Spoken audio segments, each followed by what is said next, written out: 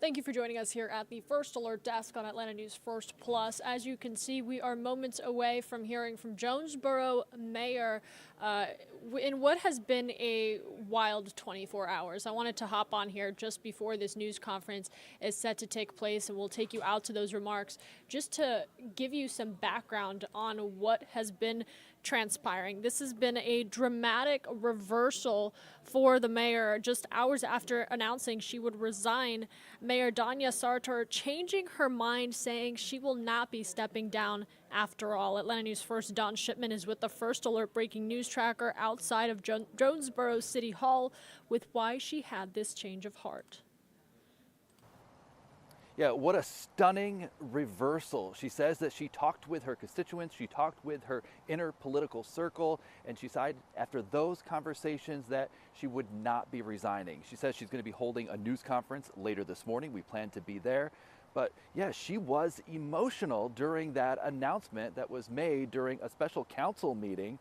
Sartor is Jonesboro's first black mayor, taking office in 2023. When announcing her resignation yesterday during that special council meeting, she said that she chose to step down so she could fully cooperate with a forensic audit of her spending.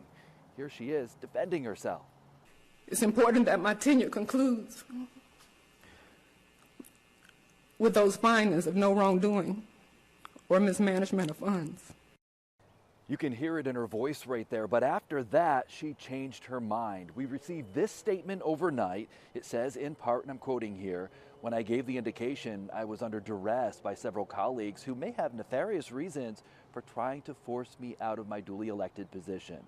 She goes on to say that I believe that although it would be personally favorable to my family and me, I cannot in my heart let down the thousands of citizens who are depending on me to fulfill and complete the term of office to which they elected me. And back here on the city's Facebook page, the city council announcing a special meeting happening tonight at 6 to accept her resignation. But the mayor is calling that meeting unlawful, saying that proper notice was not given. That news conference that she is holding, that gets underway in just a few hours now. At 10 o'clock, we plan to be there to ask her questions. We're in Jonesboro. Don Shipman, Atlanta News First. And taking you out live, this is where we are expected to hear from Mayor Donya Sartor.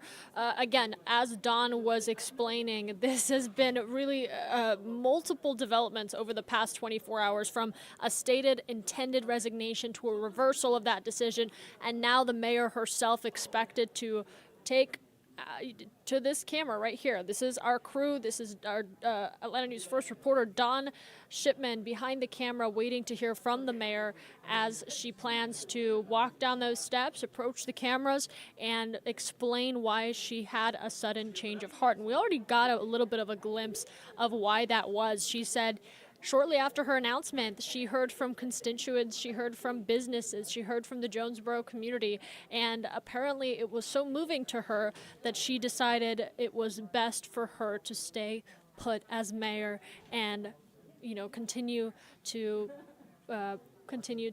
pursue this feud with city council. We're going to hear more from the mayor here in a couple moments. I did just want to take you through some other stories while we were waiting for those remarks to begin. Because speaking of tension between city councils, between local government, I want to talk about City of Atlanta for a moment. This also has been just really a wild development of different updates that we've been bringing you from Atlanta News First, both on air and online. Right now, an internal battle going on between City Hall and the Inspector General's office. Now the City of Atlanta is making its own request, city asking the FBI and the Justice Department and state authorities to stand down and disregard a plea from Atlanta City employees asking for protection against possible retaliation.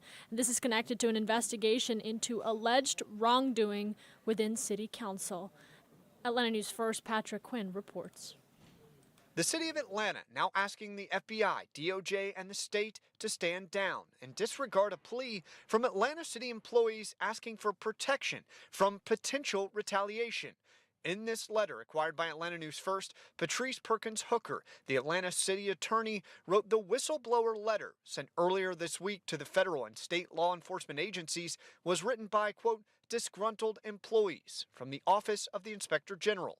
A reminder, the Office of the Inspector General is responsible for investigating city leaders and agencies of wrongdoing.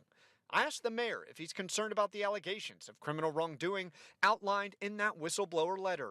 Are you concerned that you're mentioned, your cabinet members are mentioned, improper use of city funds are outlined?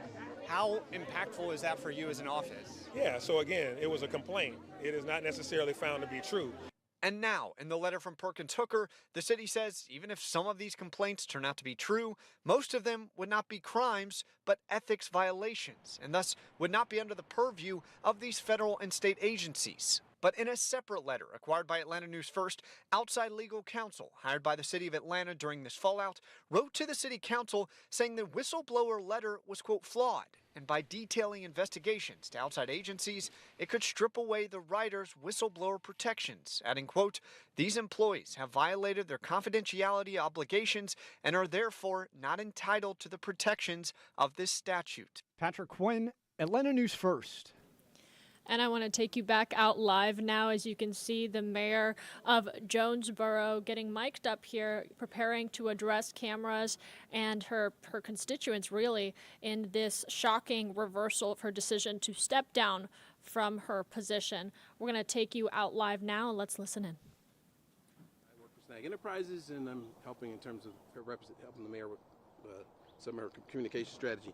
Just want to give the reporters a couple background things real quick. This action yesterday is a result of actually a number of things that's been going on since 2023. I don't know if Tom knows about it, but I don't know if some of you all other have covered it.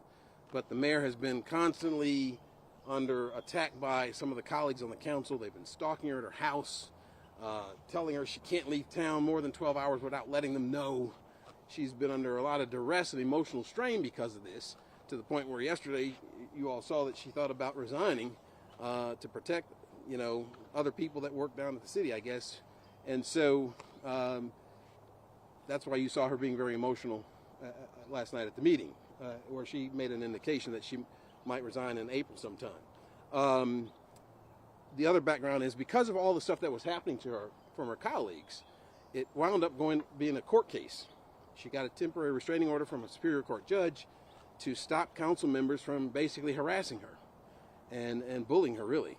And what ended up happening is the sides got together, they had a settlement agreement that the court then, of course, approved, which said that the council members would no longer be obstructing her in her role as mayor and making actions that would be in the way of her doing her job as the mayor of the city. Because as the mayor, she is the chief executive. Okay, chief executive.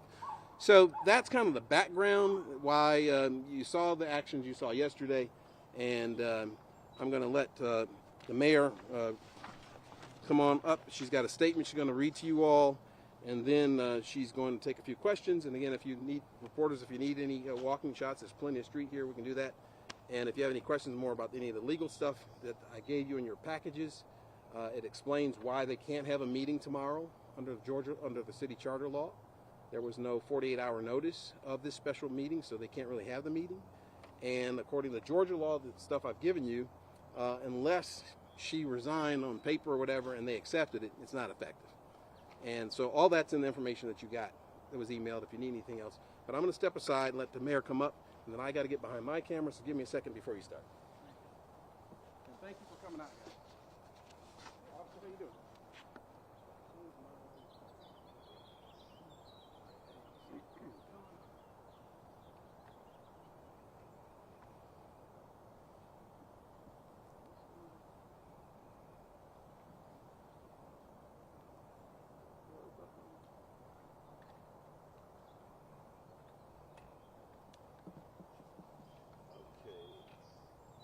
Can you give us a mic check real quick with your voice? Mayor Sartor, Mayor Donya Sartor, City of Jonesboro. Can you spell your name for us first and last slowly? Donya Sartor, Sartor.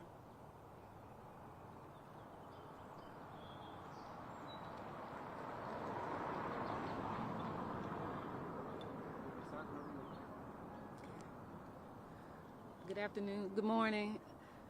Dear citizens and colleagues, during the special call meeting earlier last evening, I gave the public an indication that I would resign on April 19, 2025. However, after speaking with numerous residents, constituents, business owners, stakeholders in and around the city of Jonesboro, I've changed my mind and will not offer a resignation as mayor. Specifically speaking, when I gave the indication, I was under distress by several colleagues who have nefarious reasons for trying to force me out of my duly elected position. I believe that although it would personally be favorable to my family and me, I cannot in my heart let down the citizens, the thousands of citizens who are dependent on me to fulfill and complete my office as mayor of the city of Jonesboro.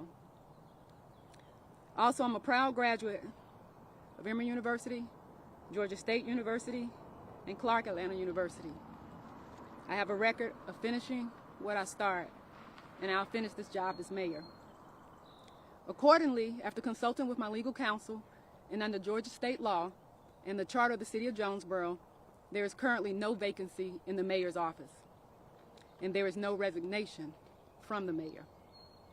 Also, it came to my attention officially via social media post that some members of the council have called a special call meeting for this evening at 6 p.m. to accept my resignation.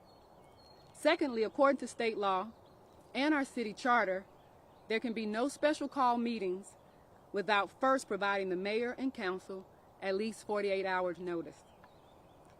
That notice would have had to be delivered personally to me and all city council members on Wednesday, March 5th, 2025 at 6 p.m. Therefore, I will not be attending an unlawful meeting this evening. And therefore, there can be no lawful meeting of the council this evening to accept a resignation that simply does not exist and has not been tendered. Thank you. Mayor, first of all, can we not mince words? You keep using the word I indicated you resigned, and you gave an effective date. That was a resignation, wasn't it? Right now, we're calling it an indication. I am still the existing mayor for the city of Jonesboro. Currently, there is no resignation that has been appropriately tendered to the council. What was the pressure you were getting from some of your colleagues you mentioned? Well, we can call it pressure, but you can also, the battle has been very public. You all have followed me, Tom, I know you have, for this entire journey. From being asked to tell my whereabouts when I leave the city limits of Jonesboro for more than 24 hours. Not only that I'm gone for more than 24 hours, but where I am for more than 24 hours. For sitting in a council meeting with a council member sitting next to me saying, for the record, that he stalks my house, and when I'm out of town, he pays someone to stalk my house. You've most recently seen them rescind my health benefits. You've also seen the legal battle that we had by unjustly having interrogation or investigation in regard to unfounded claims that I had a gun. So when you talk about pressure that's mounting up, yeah, there was a 2-hour executive session prior to this decision, but it's been almost 18 months of constant harassing of this current position that I've been in, a constant attack of the powers that were bestowed upon me by a charter established in 1859 with the state of Georgia, that I simply just want to be able to do what I am lawfully elected to do. For the record, there has never been any allegation that has been proven to be true in regard to abuse of any power that I have been bestowed upon me by virtue of this position. You brought up that forensic audit. That kind of muddled the waters a little bit because it almost applied some thought process that you might have been accused of some wrongdoing, even though you said you weren't. Let's be clear on that. I'm going to unmuddy the water right now. You all should all be familiar with forensic audit. A forensic audit requires, under normal circumstances, clear allegation of inappropriate action as it relates to monetary gain or monetary events of the city. I have asked the council on the dais, for the record, on 3 different council meetings, what are the allegations? What are you implying? And they have yet to give one. When we put out an RFP, it was a broad RFP for the forensic auditors to come in. If I can be personal and honest, it's another waste of taxpayers' money that will come up that shows no wrongdoing on my part, and that's what I clearly stated, that I want to be here. And now I'll be here not only for that, the results of that forensic audit, but I'll be here to the conclusion of my term. Ms. Mayor, you said it's important that your tenure concludes with the findings of no wrongdoing or mismanagement of funds yesterday. So were you concerned that it might find otherwise? No, I've never been concerned. What I'm concerned about is that my counsel goes through these wild goose chases at the cost of the taxpayers' money. A forensic audit requires clear allegations, somewhat to a criminal intent. I have asked them several times in public forums, what is it that you have accused me of? Like, for example, you do a forensic audit, if they can say the mayor used her credit card inappropriately. They can't say that because I provided them all the credit card statements. If there was something, trust me, you all know this council, they're quick to come out and say what I've done wrong. If I had done anything wrong and they knew, so they'd rather pay $60,000 to $100,000 for somebody to try to find something wrong when I can assure you that there is nothing wrong. So they have this meeting tonight. If they go on with that, what kind of action are you willing to take? Oh, it'll be legal action. They're familiar with this. They're familiar with this process. I'm grateful for a legal counsel and a team that makes sure that I'm legally represented. We've already shown that in previous situations when they tried to do other things. So, unfortunately, I hate situations like that because I am a good steward of the taxpayers' money, and this is just not a good way to spend the money. Just let me. Council members told me that the meeting has been canceled because. Oh, well then that's. But they're learning. Why hold this press conference here? Why not hold it at City Hall where your constituents can be there to hear you? Well, actually, It was held, I'll answer that. It was held here, Tom, to make it more amenable to the media to be able to reach her. She's got to be on the airplane. So we came here because it's close to all the stations. But there is a group of citizens at City Hall at this very moment in support of me remaining as mayor. Have you retained legal counsel? I mean, is that safe to say? I keep legal counsel. Okay. I mean, what you said yesterday during the meeting was I'm rendering my resignation as mayor of the city of Jonesboro. What would you say to people who are calling this a flip-flop? I mean, you said you talked to people in the city, but I mean, this seems like you said what you said, which does sound like a resignation, or at least one that you made public. Talk to people after, and then we're like, oh no, I made a mistake, and they're calling this a flip-flop. What would you say to those people? I think the biggest mistake was council not accepting that resignation on yesterday and allowing time for me to hear from my citizens and realizing who I really truly represent, and their voice matters. They came out in 2 elections in less than a year. We had a record number of voters come out, more voters than we have ever had in any election. More votes were cast for me than had been previously cast in an entire election. Sometimes it's just a thought process. And again, I'm grateful for the charter and the law, and I'm grateful to a certain degree there's a level of ignorance among my council. So it's safe to say you're doing this for the citizens, not you're trying to you want to do, because you were elected, you want to serve the citizens, and that's why you are withdrawing what you had said yesterday. That's always been my concern. That's always been my concern. Can I ask a question that no one has asked yet here, but I mean, Tom probably would ask, or I guess I would. But there's a racial thing about this too that people are that's the elephant in the room. There's been complaints in the past about the fact that there's been some racial bias and all that. Can you explain to the media, tell us what that is? Is it a real thing? So I am the first black mayor in this position. I served on council as the only black in a city that's 78% black. I got involved in politics because I saw how the council had previously been hiding elections. It was indicative of how they chose to run the 2 elections that I ran in. I think we're making progress as a city as a whole. I represent the city of Jonesboro. You don't hear me say I represent black Jonesboro and not white. No, I represent Jonesboro. Every time the doors of the city hall are open, anytime I host an event, it's open for everyone to come. If they choose not to, that's their choice. But there's racial appetite. Jonesboro has a history. As of recently as Jonesboro has a history of racial overtones. You know, one of the first things I did when I came in office was change the name of the street called White Line. When you go down to the county and you look at why it was called White Line, it was a street and a point of segregation. In 2025 or 24, we shouldn't have streets that remind us of when in Jonesboro we were allowed to cross a different area. So that street now is named Star Drive. So my efforts to bring down the historical aspects of racism in Jonesboro It's for the benefit of everyone, just not a particular racial group. So do you think the friction you've seen from your colleagues is due to your skin tone? You would have to ask them. I won't. I've learned not to speak on what they may think. Some of your colleagues say that you're a bully, you're a micromanager, and you're chasing folks away, and that's what led to you leaving. Are you a bully or a micromanager? I don't know. It's like when you have a situation where somebody, I walk in the room and someone says, damn, she's passionate as hell, and the other one says she's a bully. It's all about your perception and how you perceive a black woman in this position of authority. With all that you've dealt with, wouldn't it just be easier for you to resign if there's so many issues you've dealt with, all the problems, even though the citizens may want you there, some of the citizens may want you there, wouldn't it just be easier for you to just say, I'll see the audit through and then I'm done? So let's be clear. If resigning was an option, that still wouldn't be easy. So there is no easy option here. There's only the benefit of doing your job and doing it well and seeing it through the end and knowing that you're not going to make everybody happy, but the ones I do, it was worth every bit of the struggle. Do you have concerns that the last 24 hours have complicated your relationship with your council members and your constituents? Is this going to be something? Well, it hasn't complicated. From the level of support that I've received all across the state and all across the country, it definitely hasn't complicated things. It's brought awareness to the role, particularly of black females in elected positions. This is just not nothing new to Jonesboro.